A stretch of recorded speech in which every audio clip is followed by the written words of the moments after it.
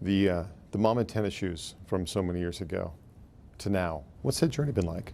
I came into office saying I wanted to fight for people like me, my family, and my neighbors that I knew wanted to have the same things every family has: a good education, access to affordable health care, making sure that they can get a good job, that their kids can go to school.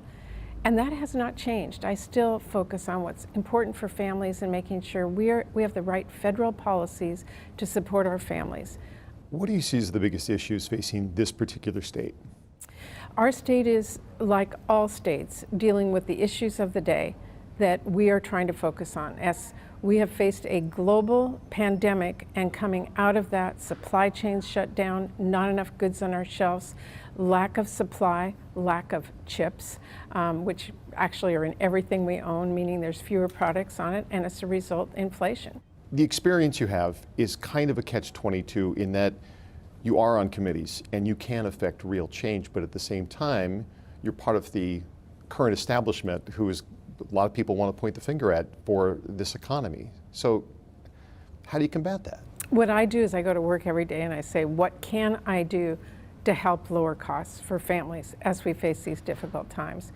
Again, on energy costs, lowering prescription drug costs, making sure that we passed an extension to the Affordable Care Act so that families would get subsidies for their health insurance and not see huge premium spikes. I don't know if it's a direct cause, but you've got a free-flowing amount of drugs here and rising homelessness.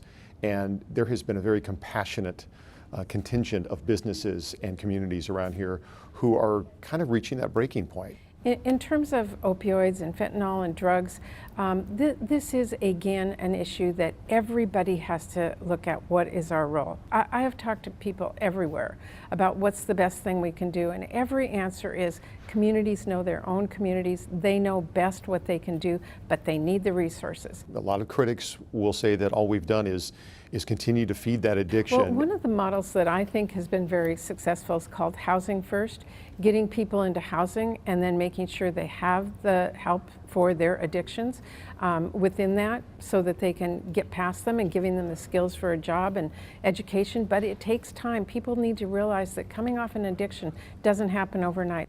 What are your thoughts on the abortion issue with respect to the voters here, and Tiffany Smiley's stance on that? So she and I bring a very different voice to this decision this November. When Roe v. Wade was overturned by the Supreme Court, I was appalled and frightened and determined to make sure we are going to do everything at the federal level to pass my bill into law that will codify Roe.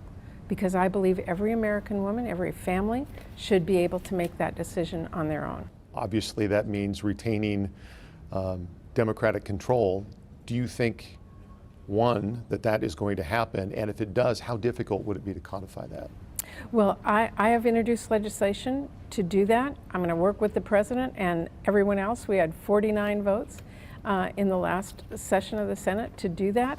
And if we can elect a pro-choice Senate and House and get that passed to the president, it will be up to the voters of this country to make sure they're voting for people who will support that. Often the things that you're able to accomplish working with others, even from the other party, are done at the national level, and they don't always resonate at the local level where you have to be, you have to be voted in or reelected. Well, I mean, that's called campaigning. That's going out and talking to people. But, I work all the time to talk to people here to hear what their concerns are, what their issues are, what their stories are, and I take those back with me to Washington, D.C. to fight for policies that work for our state.